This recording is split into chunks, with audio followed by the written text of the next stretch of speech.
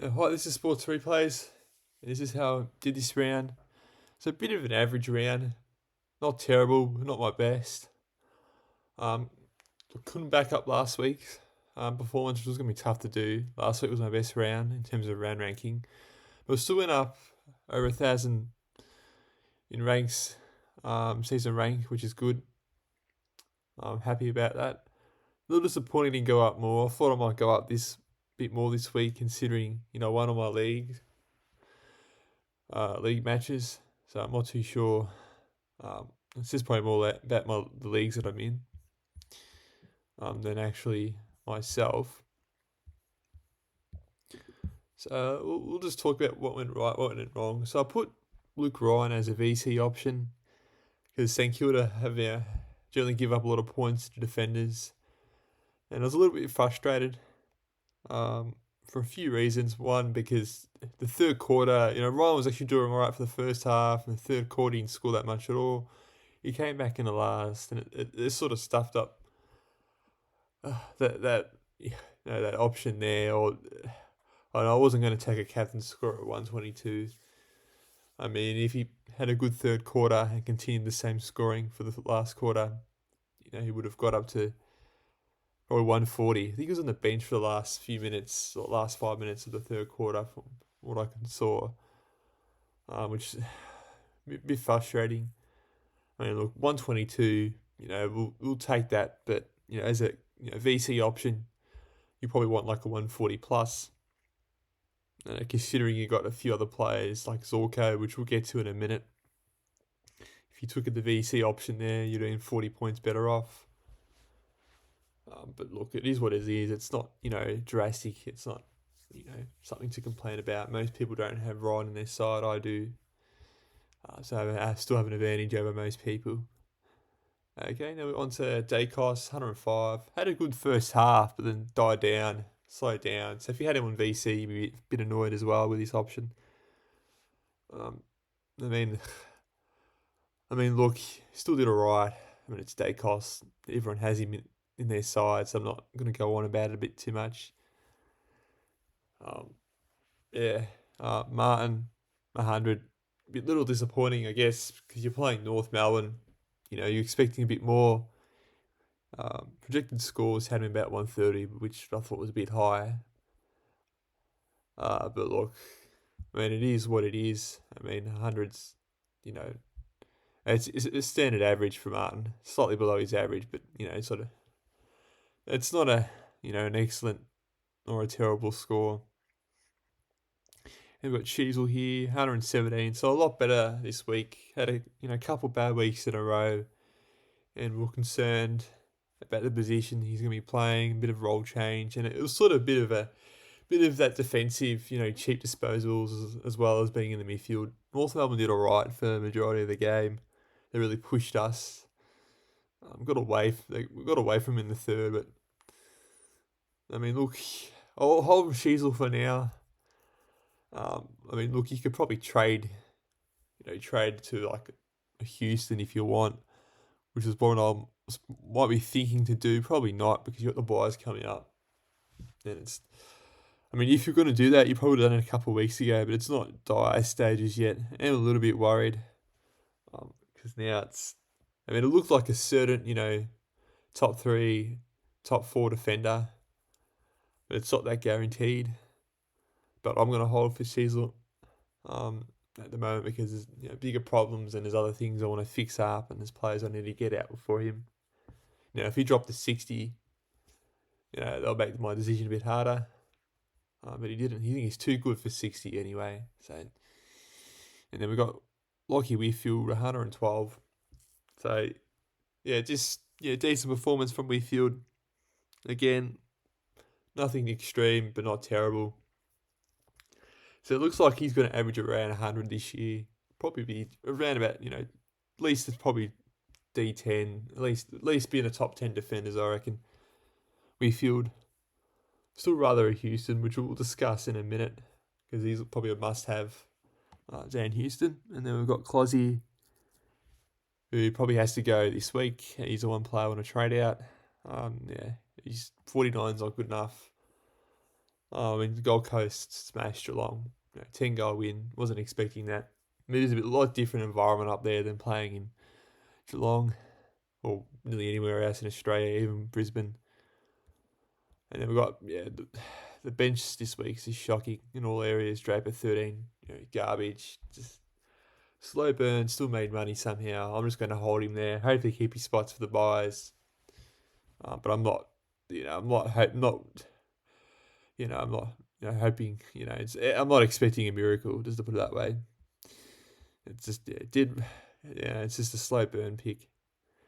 And Reed, hopefully he will get a game soon. He seems to be doing okay in the VFL. Did all right last week at the VFL, so I'm not too sure when he's going to play. But if he does, that'd be great as another rookie option or another emergency option, depending we can have for the buys, which is what I'm hoping for, because that buy that Essendon has is a buy that I'm probably going to struggle with the most from what I can see.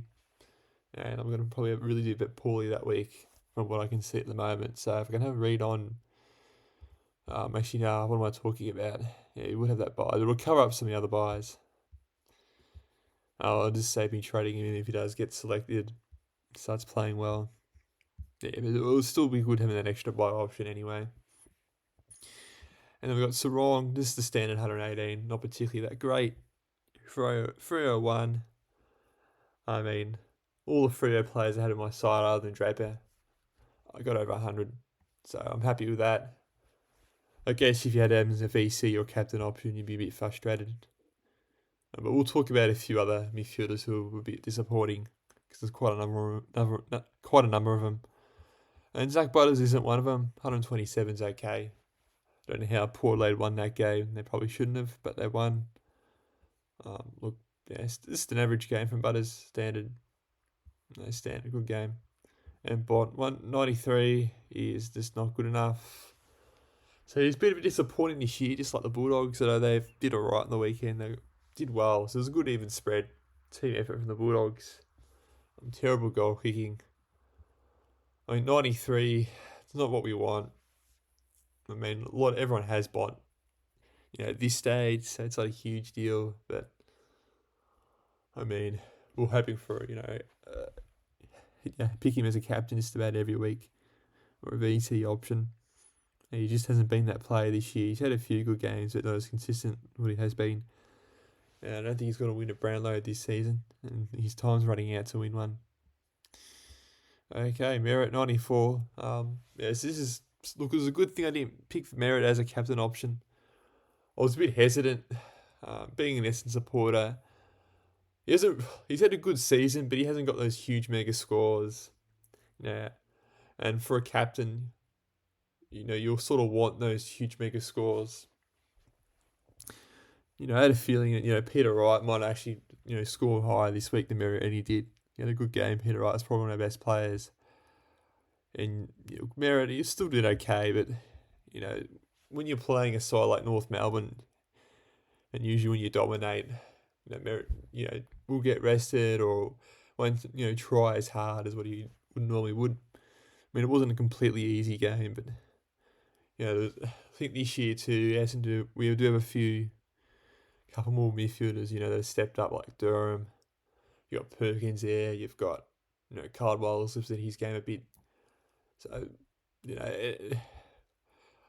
that's why I didn't quite buy the captaincy with Merritt.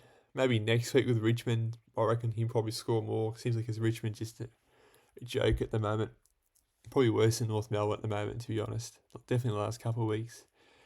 Which we'll get to that in a minute. And then we go to Dawson, 107. So just a standard score from him. Nothing too bad. Nothing terrible. Again, I ideally want a bit more from him, because he's sort of it's a bit of a semi-pod. Not everyone has Dawson in their midfield. So if he does well, I gain an advantage. If he does poorly, I lose out. That's why I struggled early in the season, because Dawson did perform poorly and a lot of people didn't have him, and he had other players like Steele performing well. I didn't have, and that's why I did poorly. But still seems to have dropped off a little bit, which is good for people like me who don't have him.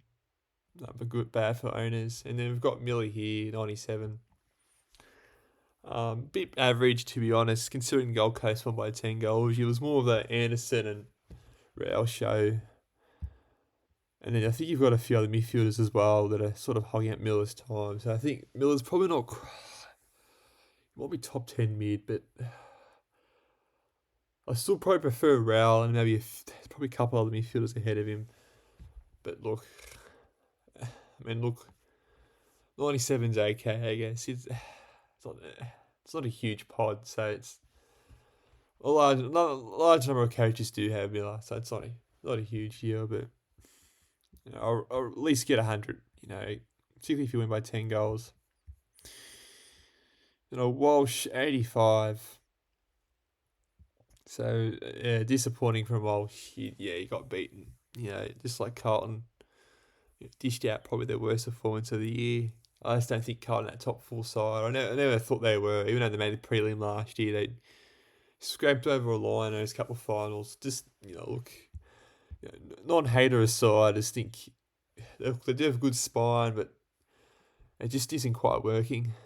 I know they've played, a number of good sides, but to lose by 50 points, not necessarily win the game, but the way they lost just wasn't good. And Walsh, it was a below par game from him. So glad I didn't have the VC on him. Some people did. It was a bit of a risk playing Sydney. That's why I was never sold on it. And I think Walsh, hopefully, it's one of his lowest scores of the year. I can't have a player at that price scoring below 100. It's just what it is. But a lot of people have Walsh anyway, so it's not a huge deal. And then Tom Green, 95. So he's been disappointing, just like most GWS have been for the last month. Other than that Brisbane game, they're just been a bit out of it. They haven't been themselves, and it's just been a bit concerning with GWS. Other than that top contender anymore. I mean, they've lost against decent sides. It's not like they've lost against like a bottom, 4 side. But if they want to compete with the best in September, they've got to do better, particularly on the home ground. So look, 95 is not terrible, but it's better than the 5 that he got, but a few weeks ago. But look, I mean, it is what it is. It's one midfielder might have to trade out. Or one primo might have to sideways trade to a Matt Rao or another midfielder. Which we'll get to a few midfielders who I'm thinking about maybe, but I'd rather get the rookies off at the moment. It'd just be better in short term. And then you've got Ben Sugar Garcia didn't play, which is frustrating. And then you've got Sullivan, 51. Manor didn't even play. And I think he did all right in the VFL Manor. So, I mean, Geelong have lost a few games in a row now, so he may actually get a game, hopefully, at some point. Who knows with Manor? As long as he performs well in the VFL and gets a game, I just hope he at least plays for the Buyers. That's where I'll need him for the most. And Garcia as well. Will it be a trade out? I'm not too sure what I'm going to do yet this week. With the midfield, so I've got a full primo midfield, but probably can still get at least another game out of Garcia, which is why I'm hoping he will play this week, get another 30, 40k or even 20k out of him and then trade him this week, or at least hold on to him. But look, I'm not even too sure if he's going to be selected next week. I mean, because St Kilda's just they're out of it too. They performed below par at Melbourne. Got a few things to say about Melbourne too, but it's not looking good for St Kilda at the moment. And Garcia, look, he's either going to be a hold or a trade out. And because I've obviously got him in, but I'll just have to wait and see if he gets selected. And then you got Sullivan, 51. Okay, that's okay, I guess. Trading Sullivan in, I thought, should I get him or get, that rookie from Brisbane who's actually done all right? And I reckon the rookie from Brisbane might have even been the better option. Just simply because of that midfield forward status. Look at the 4-line bench we'll get to in a minute. It's not looking good. And they've got the rucks here gone. And you got Jackson. So gone 109 as captain's not good enough. I should have probably ended up taking, the VC in the end. Lost 13 points, which isn't a huge deal. And it does add up over time. Did take that gamble. And it wasn't a terrible game for Gorm. Had a slow start, but sort of got going a little bit in that second and third quarter, particularly that third quarter. Wasn't that particularly that great in the last quarter. Took a few okay marks. If only got that goal, probably would have got to at least 115, maybe even close to 120, which would have been good for owners. A lot of people had Gorn as captain, which is a bit not surprising, but because they were playing West Coast, but against a weak matchup in Williams, but he didn't quite dominate as what we expected. And even with Butters, it wasn't particularly a great captain option. Merritt was even worse. And we'll get to another player in a minute who we'll talk about, the best captain option this week. And then we've got Luke Jackson, 154. Outstanding. So he's sort of saved around a little bit. Look, he did better than expected. And his opponent, Royal Marshall scored 170. That was probably the most I've seen for ruck duel in terms of Supercoach scoring I've ever seen. Like both rucks scoring over 150 in a game, carrying their size is just phenomenal. So look, if Luke Jackson as a forward, it's definitely top four, top five, or at least top six forward. Some people question marks, but yeah, he's definitely a player you should have in your forward line. I have him as a ruck just because Sweet got dropped for another ruckman who's actually done all right for Villa. So yeah, I'm not too sure what to do with Sweet here. It's a bit frustrating because I was hoping he'd be up to 350k now, and I could trade him up to a Marshall or an English eventually. But because I need Jackson down there so I can get one of these rookies. If I had a ruckman here today, say Marshall, or if Sweet was actually playing, I wouldn't have had Garcia, and it would have just been, say if Sweet got like 90 or 80, it would have been 30, 40 points better off. And some people have that advantage over me. It's a risk that I take, but at least Sweet was playing. I kind of Jackson down there, and have a rookie off, which is another thing I have to think about too, because the rucks is a bit. It's not ideal. Jackson did well this week, but it's probably more of the rookies here I need to get rid of. And then you've got Zorko here, which it was a great trade-in. Another great trade-in I've done. Thought Richmond could bring him in. And I was thinking about putting him as a VC option or a captain option. And looking hindsight, I probably should have done that. It was a bit of a risk with Zorko because he could have got injured, straight away, but he absolutely dominated. Him and Neil should get the 3 or 2 votes. Looking, he's definitely going to be that, top 3 for top 4 depending on Petrarca, which we'll get to the end of the video. So look, I wish him had as a captain or VC. He would have put me up a little bit higher in the ranks. Lost 48 points. 48 points. So that's, probably another 500 or 1,000 spots in the rankings. So, I mean, it is a risky game. Sometimes in Supercoach, you just have to get lucky and take the risk. A lot of other people took Gorn as a captain option. Surprised more people didn't take Zorko as a captain option because they're playing Richmond. Next week, Merritt could be a good option. Maybe even Peter Wright, which we'll get to in a minute. Look, Flanders, 127. Good score from him, being probably one of the most consistent forwards this season. And then, Wilson, 75. Okay, not the 100 score like he has done in a couple previous weeks, but I mean, he's probably another player we'll have to look to trade out. But him or Darcy probably. See whoever has a higher break even, although Wilson's probably has made more money. So, and who the Bulldogs got? If they've got an easy matchup, Bulldogs. We've got Sydney. Geez, that's one of the hardest matchups. Yeah, that's going to be an interesting battle there. And then you've got Powell 90, so you've actually gone up in price. So Powell's going to be hold for now. They've got Port next week. That's going to be an interesting game. Interesting matchup.